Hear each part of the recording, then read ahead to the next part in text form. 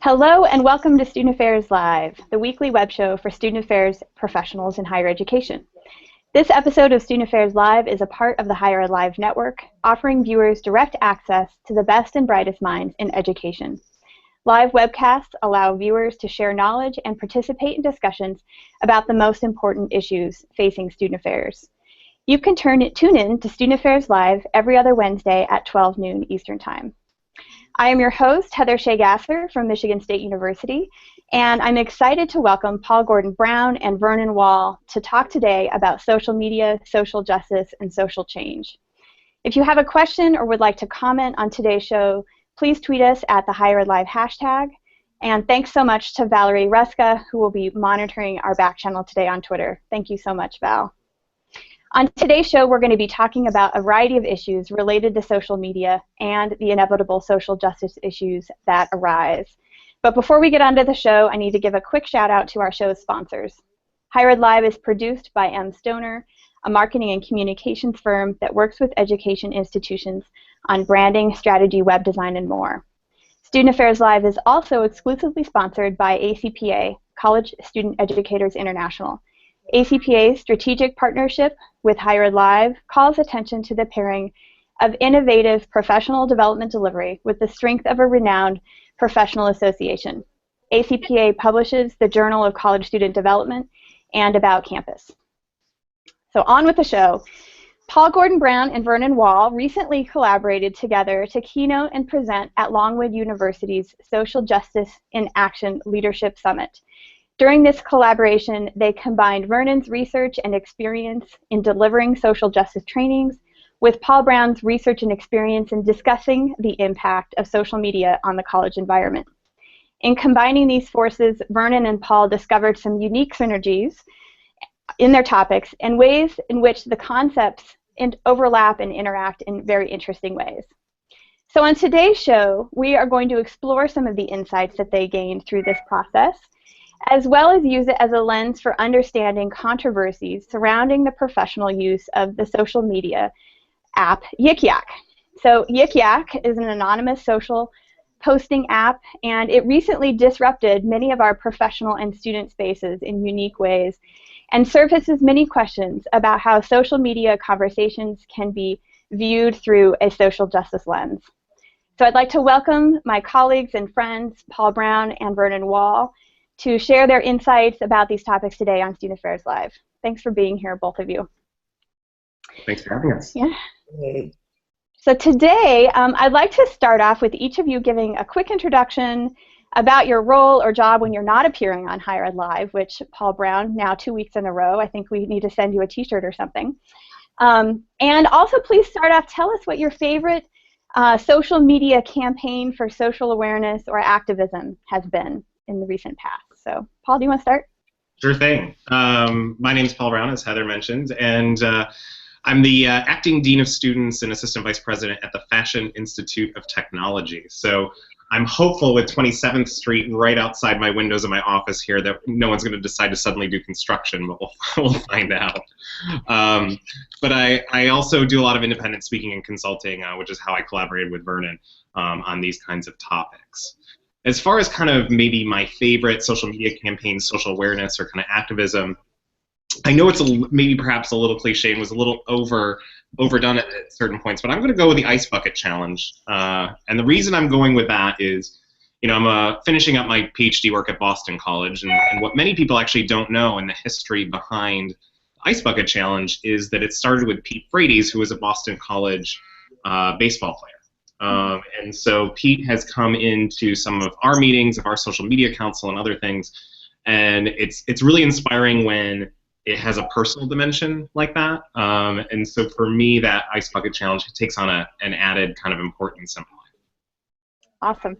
I will admit to having participated in the Ice Bucket Challenge. Burnin, what about you? Tell us about what you do and your favorite activism campaign on social media. Sure. Burnin Wall. I'm currently the Director of Business Development with Leadership Incorporated. And I'm also one of the founding faculty members for the Social Justice Training Institute. Do a lot of consulting and training now around social justice issues. As a matter of fact, I'm heading to University of Wisconsin-Madison on Friday to do some work with their students. So pretty excited about that. I think for me, social media campaigns, I've got two. One is comedian Francesca Ramsey. You can Google her on YouTube. She has this great video on 5 tips for being an ally, which is phenomenal. And I use it all the time with students. And she's got several different videos that really look at social justice issues from a lens that is so powerful that students really resonate to. The other one is the MTV Look Different series. They have a series of commercials that are about microaggressions, and they're quick commercials, like 30 seconds, 60 seconds, and they are so powerful. And I'm hopeful that they'll continue to add commercials onto the link, because it's just amazing. I think now they have about 5 or 6 commercials, and they're just great, and students are really resonating to those. So those are my two. Awesome. Everybody's Googling those right now, I think, as we speak. Maybe we'll tweet out some links. Thank you so much. So as I said in the intro, you both recently presented on this topic. Can you give me an overview of the presentations, and what are some of the interesting synergies that you found as a result of working together? Sure. I'll start in. Susan Sullivan, who works at Longwood University, approached, I don't remember which one of us she approached first, but she approached both of us about doing something, kind of doing a twist on what they've done with some diversity and social justice training in the past. So, their summit that they hold every year, they usually bring in a speaker to talk about that. And the thought was, can we look at it through maybe a different lens? Schools bring in speakers to talk about and do training around diversity and social justice issues all the time. But might there be kind of a unique take on it that we can bring to the conversation? And so Burnin and I, being very good friends as well, talked through it and said, there might be something here, because I don't know that there's anyone in this space right now that's doing a traditional student social justice type training, but doing it with a strong social media twist. And so that's how that collaboration came about, is we thought there's really something here, and it'll be fun for us to present together as well, and combine forces. And that's kind of really the genesis of it. Mm-hmm. Awesome. Burnin? I think one of the things that really resonated with me with our partnership was, number one, we both came in saying social media is not the enemy. And I was really reflecting on the fact that some of us have been around for a while, and remember when email started, and everyone was just freaking out about the fact that now maybe communication would stop. People would stop talking to each other. Or remember instant messaging, when there were even departments of housing that wanted to basically say that students could not use AOL in their residence hall rooms because they weren't talking to each other. We had this interesting sort of reaction to things that were new and different, and not really realizing that really we just need to incorporate it into our lives and then move in a way which they can be so powerful. And so that's what's really interesting. I think that we really, truly, I believe, saw some connections around a couple of concepts like intent and impact that we talk about in social justice. Let's think about it now with a social media lens, or individual identity and group membership. Those are concepts that we talk about, but really and truly resonate, I think, in social media communities. Yeah, and it's also one of those things where, I mean, Burnin alluded to this and kind of hit on it. We see this new technology and we freak out that somehow all of our prior ways of working through issues somehow don't work anymore, which is really not the case. They might look a little bit different, which I think kind of gives legitimacy to why we might at first step back a little bit, because they're coming in from a different direction. But as is the case, a lot of the strategies, a lot of the things that we've learned, a lot of the way that we talk through these or attempt to dialogue or understand them really largely remain the same. And that's not going to change as far as technology keeps moving forward, and there's going to be something new that maybe challenges us in a slightly new way every time. That's a great point. I want to also reiterate that social media, YikYak, Facebook, Twitter, not the enemy. That's a really important, I think, piece here. So as you were working together with this collaboration, like, what are the biggest takeaways, and what are some of the ways that we should understand the intersections between social media, social justice, and social change? Well, I think for me, the first takeaway for me is really around thinking about what I think I alluded to, intent and impact. I think for me, it's more around, so how do we enter into our conversations around social justice? Do we enter in the conversation in order to move the conversation forward, or do we enter in a way to either dismiss the person in front of us, or I always say that social justice is about relationship and partnership. So I'm really having this conversation with you in order to better us as people. And so I think about that too in terms of relationships around in social media. I mean, is my intent with this post to further the conversation, or is my intent to slam someone or to not in any way be supportive of the people that are around me? So that was a big one for me. I think for me, I mean, our way of even approaching this collaboration was using Vernon's social justice training as kind of the base, because it made sense that at its core, what we were trying to do was talk about social justice issues.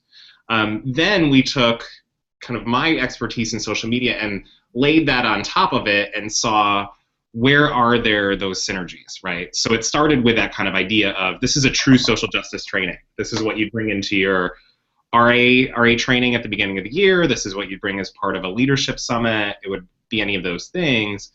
And so when I started to then look at Vernon's work and some of the concepts that were already in there from what he's done before, that's where I noticed oh, there's a relationship here. Like think about individual and group identities, for instance. The fact that kind of, I guess, in the physical world, we might be part of different larger groups. People might ascribe us to certain groups, whether we're consider ourselves a part of those or not, and it's contextual and it matters. In the social media space, that proliferates even further, right? Because it depends on what social circles are you moving into, what apps are you on, what can be ascribed to you because of that. You've also got, the issue of people making assumptions of you based on the social media profile, which is kind of the same thing that we do in the real world when we just physically see someone or we walk past them or we shake their hand for the first time. We're doing the same thing. But what's interesting with social media is because you're able to craft that image, I think, even more intensely than you might be able to in the physical environment, it creates ways of you moving in and out of kind of groupings and identities in a very complex way. And so that offered us some fertile ground to talk through that, as well as kind of, intersectionality doesn't just happen in the physical space in terms of identities, but now it happens in a virtual space as well. And so how are our students, how are we fluidly moving between online and off and this and that? I might have a completely unknown identity to you because I'm on an app interacting with people that you don't even know about. And that could be a completely separate part of my life. And being able to divorce it from the physical allows you to do that. So there's all sorts of interesting synergies that we found with those concepts of, individual group identity, intent versus impact, as Vernon mentioned, and kind of intersectionality, as well as a few others. And there's a lot of interesting work to be done in that space. By no means did we completely figure that out. I think each time we've kind of approached this, we learn something new from each other all the time. Yeah, I loved Paul's conversation that he has around digital identity and how we all have that, and then how does that then connect with, as Paul mentioned, some of your identities. I know he does a great activity where he has people Google themselves, and I thought that was so powerful because people really were able to think about, so now who do I want to be online, and am I, and I don't know if we ever sit back and think about that, and that was very powerful. So I would agree. I think that the key for me is around who are we, because that's what we talk about around social justice, is who are we in this conversation. So as a result, what I try to do is have people find their voice. My goal, I believe, is to help people find their voice in the conversation. So if we're talking about gender, how can I find my voice as a man in a conversation around gender? As a cisgender person, what can I do in order to really think about that? So, that's really, I believe, what's powerful about social media. It allows people to enter conversations in ways in which they can say, based on who I am, I'd like to share this. And so I believe it's really powerful. So I think it's important for us to recognize that. Yeah, and that will come up again later. I mean, we're going to talk a little bit about YikYak later. Anonymity, which is what YikYak is really premised on, allows people to do things that they can't do when they're not anonymous. profiles as it relates to identity. And so that, I mean, that'll play into that conversation. Yeah, I mean, there are pros and cons to that, right? And how we identify, I think your point, Paul, about how, whatever identity is most salient in whichever space that you're in, that does end up becoming the conversation. So what do you hope? What's that? If I can jump in on that, because it's pretty interesting. I'm doing research with college students right now, asking them about their social media experience. And I asked them what it feels like when are they a different person on, like, let's say Instagram as opposed to Facebook, as opposed to LinkedIn? Are those profiles a part of you? Do you see them as an integrated part of identity? Are they a different part? And one student without knowing it, gave me an analogy. And so for those of you who might be familiar with kind of the Atom model of intersectionality, the Jones, McEwen and Avis, kind of your identities might be more salient if they're closer to your core, or at some points they might be further away. The student gave me that analogy. Yeah, the student gave me that analogy back of, this is how my online identities relate to me. So when I'm in Facebook, maybe some of those identities are more salient for me, and sometimes they're further away. When I switch to Instagram, though, maybe some other identity starts to become more salient. And so you're rapidly switching, context very quickly, because just in virtue of switching between apps, you're kind of flipping language, you're doing all these sorts of things, and that student provided it to me, and of course the researcher in me thought it was gold, because I'm like, yes, I know this, I can work with this. But they're describing those very things that are the same concepts as before, they just take on a slightly different meaning. Well, and it's so powerful, because I think your analogy is wonderful as you look in terms of just people, in terms of as we maneuver in the world in terms of our identities, we sometimes, based on the context of the moment, we may have identities that are more salient. If I'm at home with my family, an identity may be more salient than if I'm at work or in my community or out and about at a club or restaurant. So that's what's powerful. It's like, it's very connected in terms of thinking about the fact that as we maneuver the world, we have to kind of sometimes pick and choose. I mean, we do talk about intersectionality a lot, but the reality is, yes, intersectionality is there, and sometimes, every now and then, maybe an identity is a little bit more salient in the moment. Yeah. So now that you've done this presentation once, I assume you would like to do more with it or have other opportunities. Can you talk a little bit about that? And then also, is there a larger initiative out there? I mean, I'm thinking this is a fabulous research study, and maybe a book, or, there's lots of things that could come from this. What else are you all thinking about? Yeah. Well, I know that on our drive back from from Longwood in the snow, I might add. Burnin drives wonderfully in the snow, by the way. It was about a good 2 hour or so conversation about what's next for us. And we talked about definitely some conference presentations, maybe an article or two. So I'm excited about some future collaborations, because I definitely was extremely excited about just the collaboration and the conversation. So yeah. Well, we've also talked too, I alluded to this before, is that I don't know that I've seen a lot of people taking what I would call, quote unquote, the traditional student social justice training and really add this social media layer. And so, I think there's a market for that, because especially, having worked in residence life, you might do this every year, and your returners sometimes think, oh, okay, here we go, this is the same thing that I've seen before. It gives it a new twist and at least makes it fresh. And I think it makes it more relatable to students in some ways, only because it speaks very much to their experience.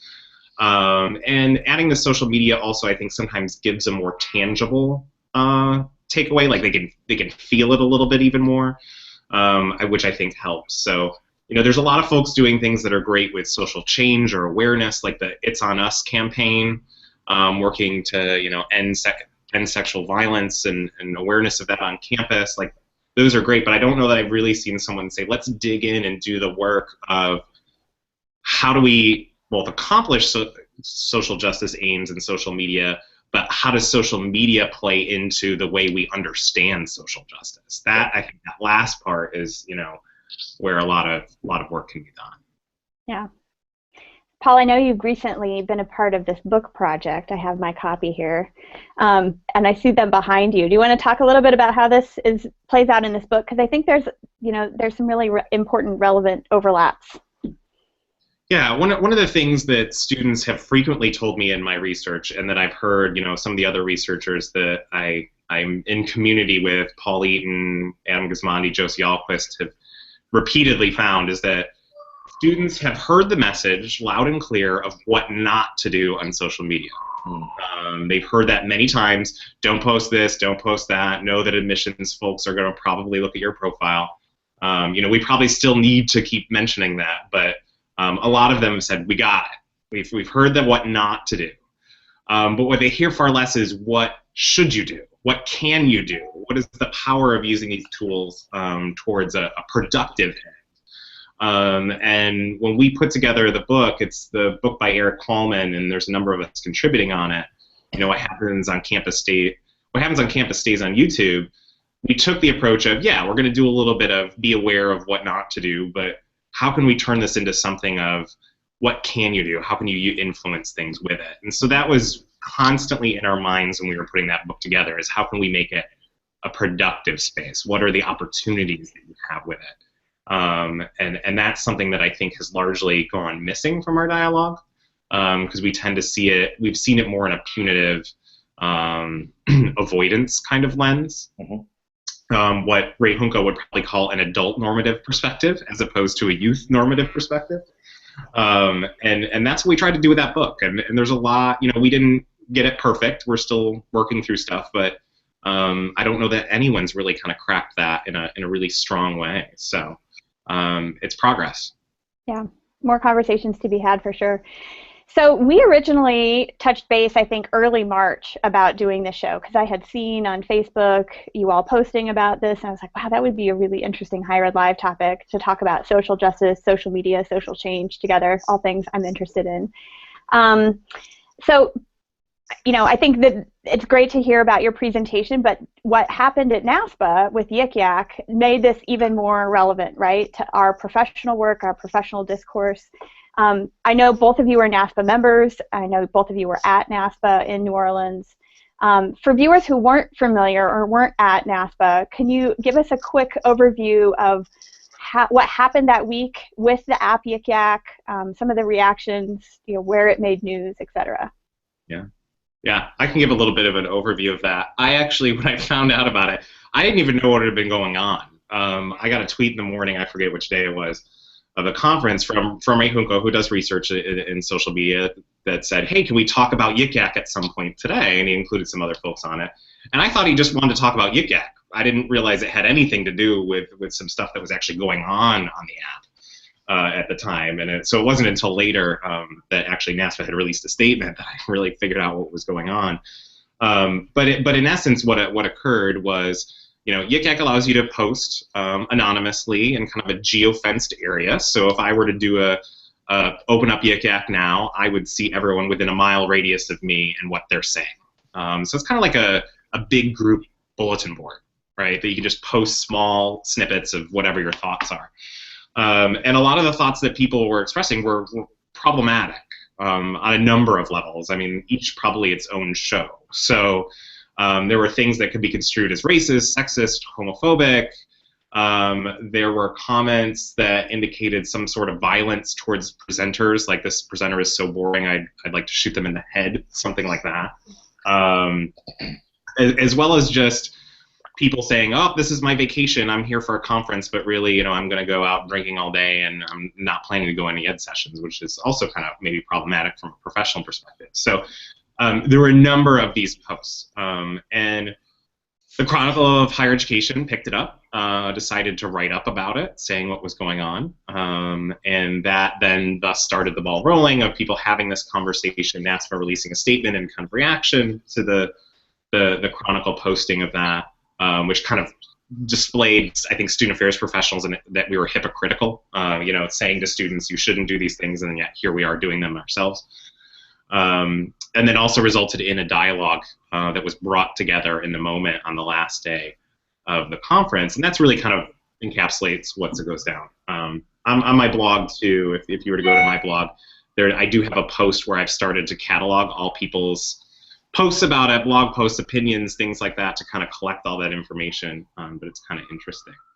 But when we talked about this, we knew we wanted to talk about this in the show because it had come up. And there was Max Bennett, who's a social media manager for NASPA, had tweeted out saying, I wonder, should NASPA be a part of this conversation? He didn't know that I've been a NASPA member for 15 years, but maybe a leadership, someone in the leadership role. But really, what happened with YikYak at the conference has almost nothing to do with NASPA at all. I don't think it has anything to do with NASPA. It could happen anywhere. In fact, even prior to that convention, I had heard of some other associations that had some not so great things show up in the YikYak app. I think the only difference is the Chronicle of Higher Education wasn't there to point it out. So, that was unlucky, I think, in some parts, on NASPA's part from a PR perspective, perhaps. But really, it does happen other places. It has happened other places, and it really doesn't have anything to do with that conference other than maybe it was very large. So when you get a large group of people together with a critical mass, social media networks tend to be more active when you have a lot of people around them. And so they got caught up in that. Yep.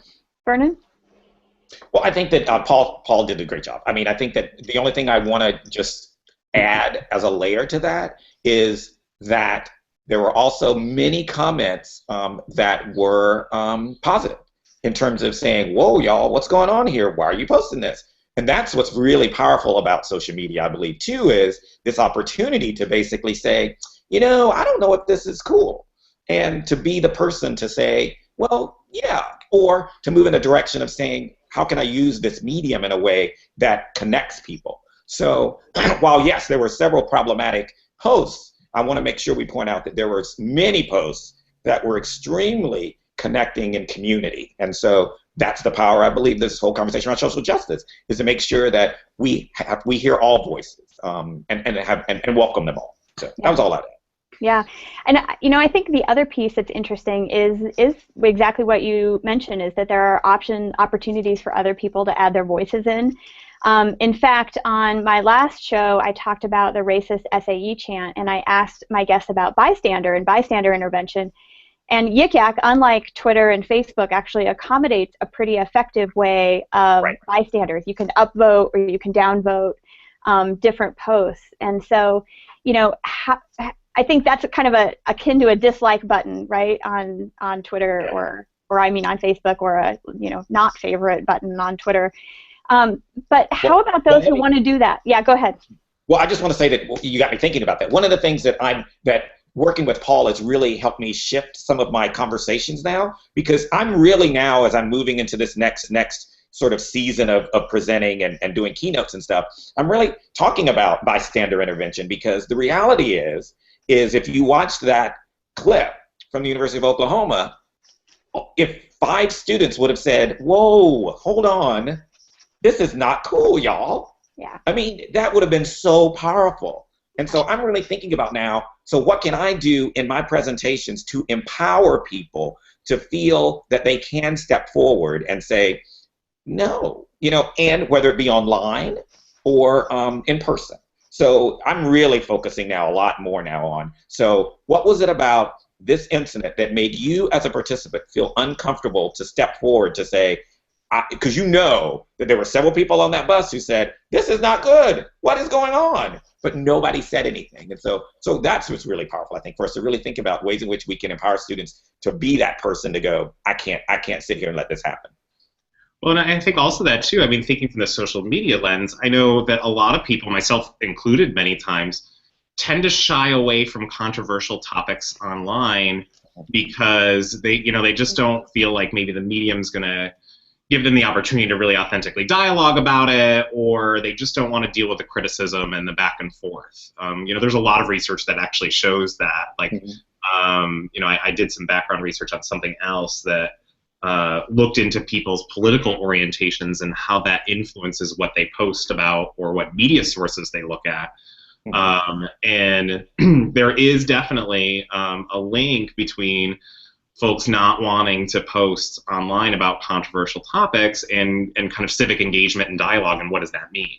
I noticed just the other day, I didn't even pick up on it, so every now and then I like to read the comments on a CNN article. every now and then, depending on what that is. And so I went to go look, and they weren't there.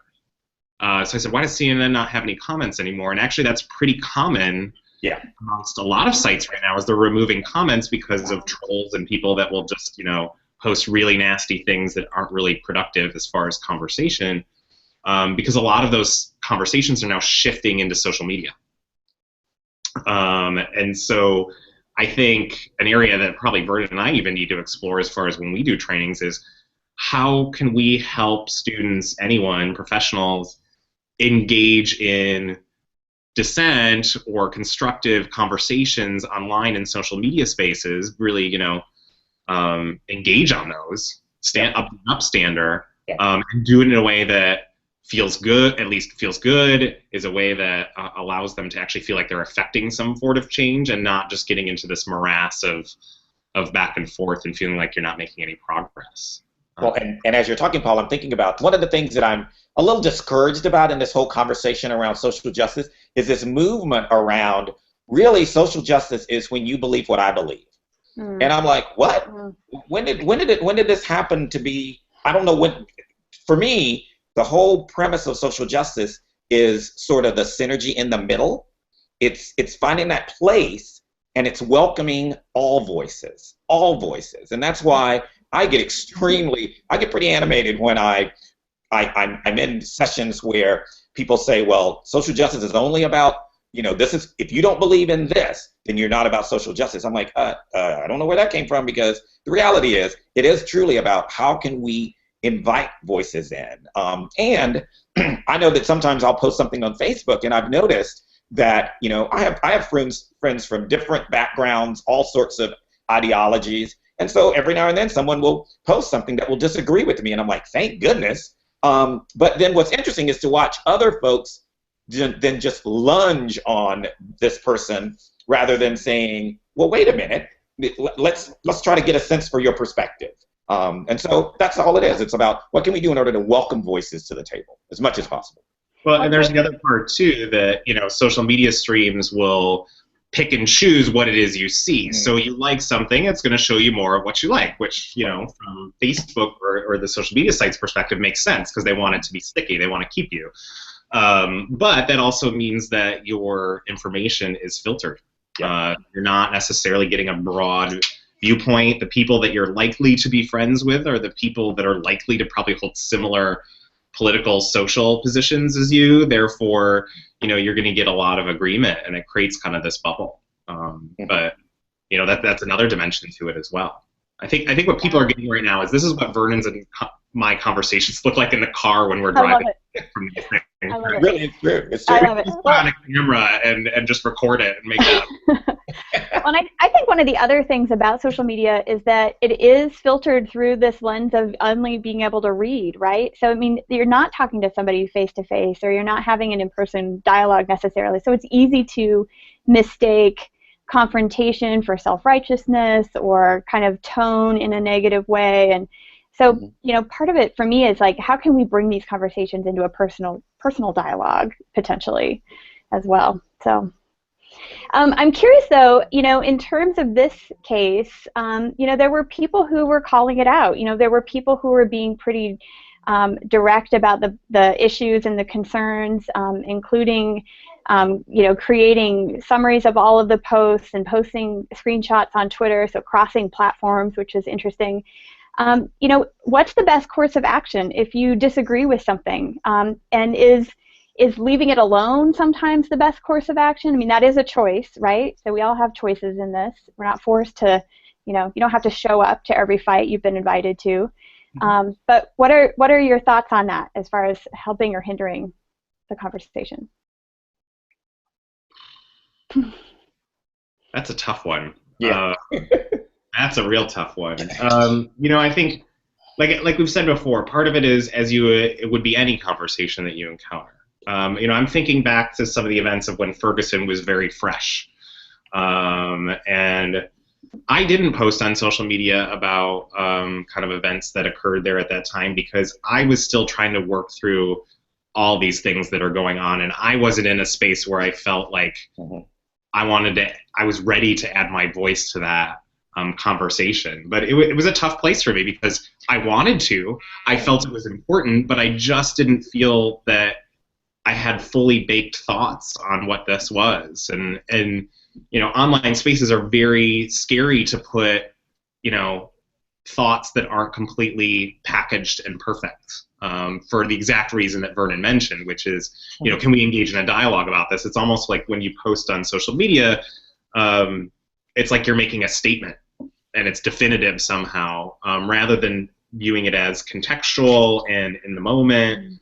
I think society's evolving in the way that we understand that and how we give some other people some understanding as to how they're working through stuff. But it's tough. I know I did avoid that for a while, and I felt guilty about it. I felt all those different kinds of emotions that come with what do I say to what do I not say, and those kinds of things. And so I encountered it there. I know personally. Well, and I think it's interesting that you mentioned that, Paul. I think we may have talked about this in the car, actually. I very similarly did not post anything immediately after some of the things that have happened, including Ferguson. And I remember getting some emails from people saying, Vernon, you've not said anything, or some messages for me. And I'm like, well, and I'm thinking, okay, think about what people may feel are my perceived identities and Paul's perceived identities. For me, it's around, I was just tired. I was just like, I was exhausted. And I was like, you know what? This is, the same shit, same day, different day. I'm like, come on. So I was in that space, and I was very similarly just not ready to post. And I think what I'm hearing in a theme between Paul and I is that do we ever give ourselves a chance to reflect and to go, wow, how is this impacting me? What's going on? I remember I just posted just one word. I just posted, ugh. That's all I posted because I couldn't really put any words to anything. And I think that that's really powerful to know that that most of the time we don't give an opportunity to reflect and to really think about, so what's the intent of my post? What do I want to do? So absolutely. We've had a question from Twitter, so anybody who's watching today, if you have a question for our guests or would like to make comments, we have a pretty active back channel today, so thank you to Antonio P., who asked the question, has anyone designed positive narrative campaigns on YikYak, or that you're aware of, that you would like to comment on?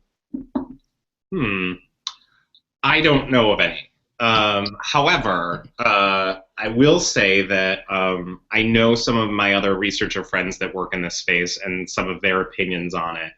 And some of them are very positive on it, the things that it can do, right? Like the fact that, and my students have echoed this in the interviews that I've done with them, is the fact that they can just kind of find out what's going on campus. Very quickly see, like I said, a bulletin board that everyone can post to and look at any time. Actually is very useful on a college environment. However, I think one thing that people that say, oh, YikYak can be really positive, and yes, there's negative stuff, but that's going to happen, don't really do often is go back and say, well, YikYak made some choices when they designed this app, right? Mm-hmm. So they made some choices to make it anonymous. The geofencing, the how these things work, the upvote, the downvote. And that influences how people use it. What's called the affordances of a technology, which is how they're structured. The fact that in Facebook, I have to friend you and you have to accept it back, versus usually in Twitter, I can just follow you. You don't have to accept it back. These different things change the way we actually dialogue. Absolutely. So someone else, typically in Silicon Valley, is structuring our conversations and the way that we behave in ways that influence our behavior that maybe sometimes we don't really critically examine. So I've thought about, what if YikYak was not anonymous? Everything else is the same, but you need an account and it's attached to some form of name. I'm sure people could, make up fake accounts, but what if they decided to do that? Would the app have as many issues? Or you had to link it to your Facebook account, because Facebook is usually pretty strict about real life identities, which is a whole show in and of itself, whether you should force someone to do that or not. Because they tried to do that with some drag queens, actually, that use their drag persona as an account. And anyways, but if they made the decision not to make it anonymous, would YikYak be used completely differently, it might be. And so I don't absolve YikYak and say, oh, YikYak's just a tool. You know, it's kind of that strain of thought of guns don't kill people, people kill people. Mm-hmm. Therefore, let's absolve the gun of any responsibility in this. Right. It's the same way of thinking is, you know, YikYak doesn't harm people, it's the people and what they post on it. Well, I don't know that that's entirely true. YikYak has a role to play. And they've certainly done better than previous iterations that we've seen before. Like, they are responding to blocking it in high school areas and things like that, which I think is a positive step. But I think there's other things that they could do. You know, but they're a business, and they also have competing business aims with that. So, you know, I think you have to be a little bit critical of the app itself and how it's structured and why they decided to make it anonymous. Yeah. I mean, I think there's pros and cons, right? So there's pros and cons to being anonymous. So cons are people can say whatever they want. They don't have to own their perspectives. Consequently, they can't be held necessarily accountable or take responsibility if they intentionally or unintentionally hurt somebody. But on the other hand, you know, people who view the pro side, people can express aspects of their identity that they might not feel comfortable identifying with individually, and they can also explore that without risk of embarrassment or to themselves or others or harm. So, you know, the whole thought about anonymity, Paul, it sounds like you kind of have a thought. Vernon, what do you think? Is there a benefit to anonymity in these spaces? Well, I mean, I agree with you. I think there's pros and cons. I think that for me, the positive narratives that campaigns that I've seen are the people who step up and either share a differing thought or say, you know, that's not cool. Those are the positive narratives that are going on. I mean, I don't think that we need a campaign. I just think we just need to continue to be people in this space. I think sometimes what I'm just fascinated by is this feeling that being on social media, we're not a person. And we're not a whole person in all of our identities. I really do believe that there's this tendency to believe that we're almost a third person. It's like, I'm not representing me. And that's fascinating to me. And I'm thinking, well, wait a minute. No, you are representing you. Yeah. This is everything you post is you. And I think that's where I'd like the shift to be, is for people to see themselves as whole people when they're posting. And then I think when that happens, then people are, I believe, more responsible about posting. Doesn't mean they're going to post what I like. It just means that they're going to be thinking about, you know, am I moving the conversation forward? Is this something that's going to really and truly engage people, no matter what the topic is? Even if it's about a professor that you feel is not a good professor, it's okay to post that professor is not a good professor. If you share, like, these are specific things that I dislike about it. Or if you're at a conference and you don't like the presentation, you don't say, I'm going to shoot this person in the head. You say, oh my gosh, you know, it would have been great if the person would have asked for questions and feedback or not read their script. I mean, it can be used very positively. It can be. Vernon, I am picking up what you're laying down, because what central to my research question of my dissertation is, how do you view your online accounts in relation to your offline self? So your kind of self and how does that change online and off, if at all, or is it integrated? And what the students give me is they're giving me a range of responses. So I have the range that says it's very separate. One described it like a slide projector. So the slide projector shows you these snippets. That's kind of like your posts on social media. They're probably filtered, so they're not exactly accurate, whatever you would consider accurate. And they're flipping through it, and the student said, at any time I can just turn it off and walk away. Wow. And then on the other end of the spectrum, I've got the student that described it like arms of an octopus, meaning they do have a core, but when they're on Facebook, it's one arm, and Instagram, it's another arm, and some people may see a few of those and not all of them, or different ones, but it's still really an extension of themselves. And so I think where one falls on that spectrum in terms of understanding them as being very separate or very integrated with their being changes how people use these media and how they understand them. You know, and I would even go make the argument that the more that intimate technology becomes, the more integrated we will be with it, and the more fused we will see them. You know, when we're wearing it now, and you know, we've got it on our wrists and things like that, like, you can just keep extending that, and it's like the lines between the physical and the virtual world would be very, very blurry. Yeah. So those folks who know me know that I'm a big fan of the concept of sphere of control versus sphere of influence. Mm-hmm. And I think in this case at NASPA or within any professional association where social media has had an impact, we recognize that you can't control the actions of other people. You can't control other members anytime or anywhere. But we can choose our own response. And I already said, choosing not to respond is potentially a response. But what comes of that reaction, and how do we use that positively? And I think the other component of this is that to what extent does what happens on YikYak and within the context of NASPA, is it a reflection of our larger society? Is it, is student affairs immune to that? So your thoughts on all of those things, I guess.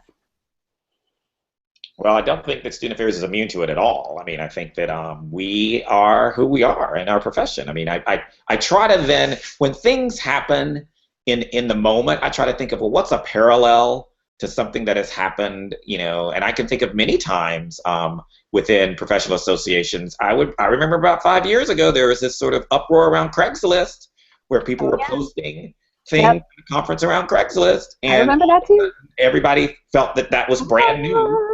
Oh my God, I'm like, oh no, that happens in the world. So very similarly, let's think about social justice issues. We've decided now that that if we look very specifically at black men getting murdered, unarmed black men getting murdered, we've decided now that that's an issue.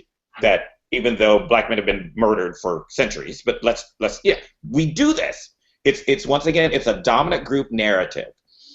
In our dominant spaces, we don't notice patterns. And so, but then when there is something that happens, then we notice that incident. But if you're in a subordinated identity, you've noticed the patterns for a very long time. And I think very similarly within social media, I think that we look at individual issues, we look at individual incidents, and not recognize the fact that what are the patterns that are happening and how can we notice those. So that's what I'm really noticing a lot. Well, and there is this tendency, of course, on social media that the way things go viral, the way they're shared, again, I think going back to the structure of how social media is built, having a big influence on what discussions are had or how we behave, it tends to privilege the one-off incident, right? This happens, it gets shared everywhere, everyone sees it, it hopefully starts a dialogue, but then where does that dialogue go and who's bringing that forward after? Generally aren't built to continue the dialogue. They're built to introduce it and bring it forward in really powerful ways. But can they sustain those, or do they need to move to different spaces? Like social media may be a great place to start some of those conversations, or at least jolt things. But who's bringing that into larger discourse, or noticing those things or bringing those up when your feed moves at the speed of light, when things just keep scrolling down through and something comes out next. It just becomes the topic du jour rather than something that we can make some meaningful change on or recognize systemic issues that have existed forever. So there was an article in the Boston Globe that I thought was particularly interesting about this incident, and they said, sometimes it's worth knowing what people say when they're not on their best behavior, when no one can call them out personally. Do you agree or disagree?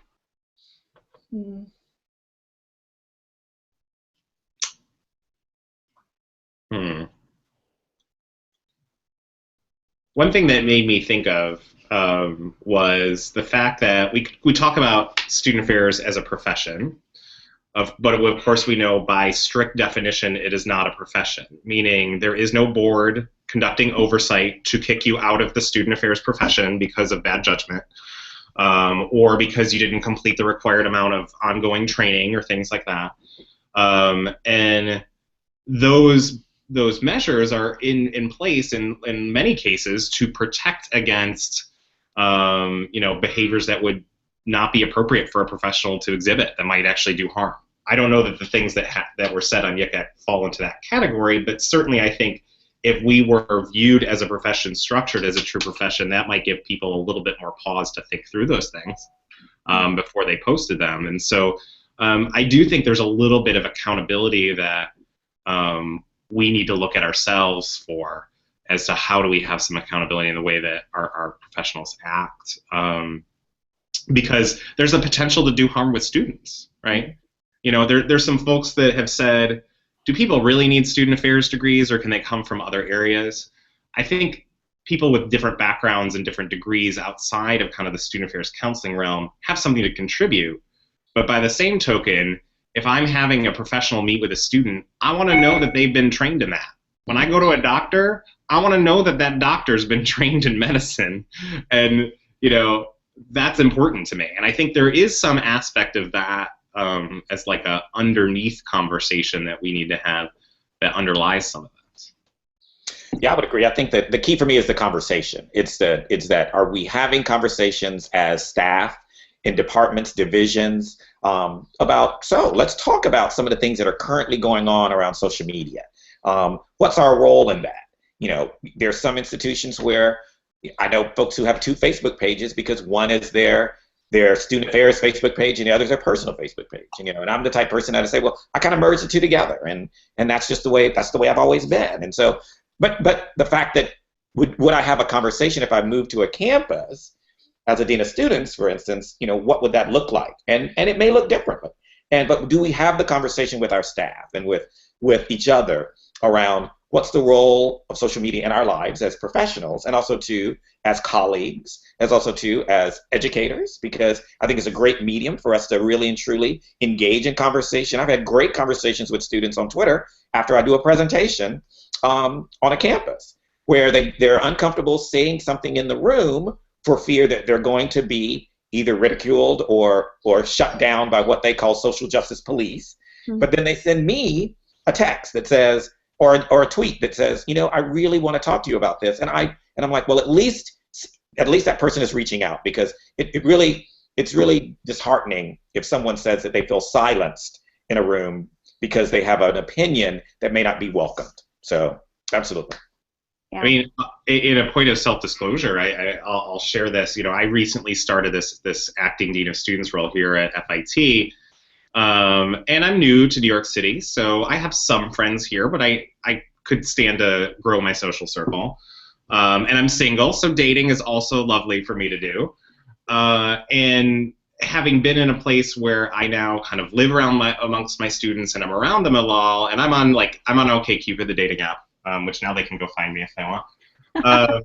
But it did give me pause to think, oh, wait a minute, here's an aspect of my life that, having previously been a full-time PhD student working with graduate students, I didn't really concern myself with, but now I'm in an environment where students can look at that, and I don't know that I do anything that I'm not proud of, but by the same token, I probably share a lot more information than I normally would, and it certainly gave me pause when I moved here to think, oh, wait a minute, should I think about this differently than I had? And so there are some things that don't necessarily fall into the category of, is it good to know what else is going on in someone's head because you're going to find something salacious or dirty, or you know, some little nugget of people behaving badly or making mistakes or things like that, but also just information that would make you a little uncomfortable sharing. And I'm having gone through this right now, the social media guy even needs to think through this. It's not like I have answers to this automatically, despite the fact that I read about these issues all the time. It's a constant renegotiation as you enter into different spaces, as it is with social justice conversations, as it is with different communities that you enter. I mean, it's the exact same thing. Well, and the parallel that I'll give is that very similarly, I mean, I think folks who may be out LGBT folk will say that if they move to a different campus, they've got to kind of almost go through the coming out process again and negotiate. So who am I in this space? Or someone in any marginalized group, really and truly, how do you do that? So, and I think the power in what you shared, Paul, is that the fact that you ask yourself that question. You said, wait a minute. So based on my new role, how does social media play into that? You know, what do I need to be thinking about differently? And I don't think that's what we're doing as professionals. We're not, as we're moving and maneuvering around in different positions, not sitting back and going, so So what's next for me? What does this mean now that I'm in this role? So absolutely. I mean, those are the things we need to be doing. Yeah. So we had originally talked about a question around professionalism, and we've kind of touched on that briefly. I think that should be a whole show in and of itself, because who defines what professionalism is, what that means within the context of different institutional types, different positions, levels, you know, everything down to professional attire and dress. There's a fabulous post called Oppression in a Three-Piece Suit, Yes. which just, I think, hits on so many of these issues as well.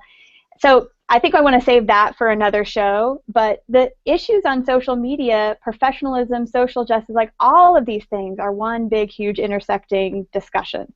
And I don't know if you all want to say just a couple thoughts on that, you know, make it relevant for you, or how this plays into that as well. Well, I'd agree. I mean, I think that I definitely a totally different show, because we need to spend more time on it, but it needs to be talked about, because I love that article, and I loved another one that a student affairs professional posted around the whole gender binary and how we're very heteronormative, and I mean, it was powerful, and it really made me think about it in terms of, I mean, I've always had some connections around the word professionalism and race. Yes. Because that's been salient for me in terms of my colleagues who are specifically African American, who've been told that you know, women whose hair is locked, that's not professional. Keep going down the list. But then for there to be another lens around gender identity expression, and also around class and ability, really made me, I mean, it got me into my privilege once again, going, wow, I had not thought about that. So that's the key for me, is what do we mean by that word? You know, is it a code word? You know, what does it mean? And the context of the campus. I mean, if I'm on a Jesuit institution, the reality is, context-wise, in terms of professionalism, I probably won't be able to talk about condoms. So the reality is, do I feel comfortable being in that environment, working there, while at the same time I know that there's a context? So yeah, absolutely. I mean, it's all there. Ooh, next. Oh, okay, I guess we got a new idea for a program. Got another whole show. Show. Vernon and I will fly down, we'll get in a car, we'll put on the camera, and that'll be our first podcast. I love it. So I want to move to our final thought questions of the day. I have two for today, so if you could touch on both of these. One is, I always like to end the shows with some kind of resource or tool or book or something that we can watch online. So any recommendations for that? And then also, I think talking is important, and certainly this show raises some conversations and questions that we can start having among each other. But talking is one thing, right? So what is a takeaway that we can do in terms of an action item to move forward in this conversation around social media, social justice, and social change in student affairs? Who wants to go first? I'll start. Okay, go. So on this topic, a resource, I don't know that one exists that is specifically on this topic. I always go back to my core works in each respective area. So, you know, the folks out of UMass Amherst and their guidebook on social justice trainings, I mean, that's just a classic and has served me well throughout my career, you know, since my days at Western Illinois. So I think using the concepts there and applying them in conversations with students around social media is the best thing to do, which kind of answers the second question, which I ask at the end of my interviews to my students, you know, what would you suggest a higher ed professional do to help engage students in talking about these things, or what issues they need to know? And they always say, just having that conversation. No one's having that conversation of, how do you look online? How do people perceive that? When you interact online, what's that experience like? Do you think you create a profile that fits who you are? Do you care if it fits or not? Why do you do that? And just asking questions, which doesn't require any technology competency at all, right? You just need to understand generally how social media works. You don't need to be up on every app to be able to have that conversation. Most professionals already have the tools to be able to do that in their toolkit. Having that kind of conversation, asking the student, asking them about it, is really all we need, because that's not going on from everything that I see and hear from the students that I talk with. It's just not occurring. Thanks, Paul. Vernon? I would echo what Paul mentioned in terms of a resource, book-wise, yes, Teaching for Diversity and Social Justice. the famous, I call it the tome. I mean, it's like, there's two versions. There's the orange book, which is the theories and all the background around social justice, and then there's the green book, which is the reader. I do believe that's it. I mean, that's the base around social justice. I will say too, I know I mentioned at the beginning this new MTV commercial series called Look Different. And if you just Google MTV Look Different, it'll come up and it'll show you the 60-second and 30-second commercials around microaggressions. I just love those, and I'm using them a lot. Yeah, and I think my suggestion would be, I believe that every department and division in student affairs should have a session around social media and social justice as in your professional development series. That's it. And really, it's a conversation around who we are as professionals, and it should be just a part of every year when we're doing our beginning of the year trainings and retreats, and just have those conversations, because we're not having those on campus. Those are the things that I would suggest. So. And you could bring Paul and Vernon to your campus to conduct that training for you. That'd be great. That'd be great. Having been to many of your trainings, I know it would be fabulous. So, okay. And you're not going to give yourself a pull out, so I'll give you that call out too.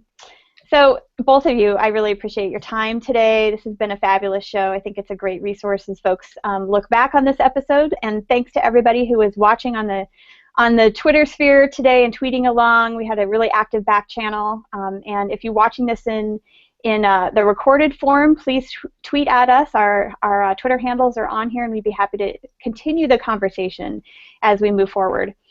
Coming up in 2 weeks on Student Affairs Live, my co-host, the wonderful Tony Duty, will be back hosting a show about geek culture called Is Your Campus Nerd Friendly? And they have a big geek week at Rutgers University, and some of the folks from that are going to be on, and I think it's going to be a fabulous show. And then I'll be back on April 29th with a show called Healing Professional Heartbreak. And I think that will be also a really interesting episode as well. So you can receive reminders about these and other shows by subscribing to the Higher Ed Live newsletter, or you can browse our archives at higheredlive.com, and you can even subscribe to an iTunes podcast. So if you prefer to listen to your Higher Ed Live while you're at the gym or in the car, you can do that as well. Again, my name is Heather Shea Gasser. Thanks for watching, everyone, and make it a great week. Bye. Thanks, everybody. Bye.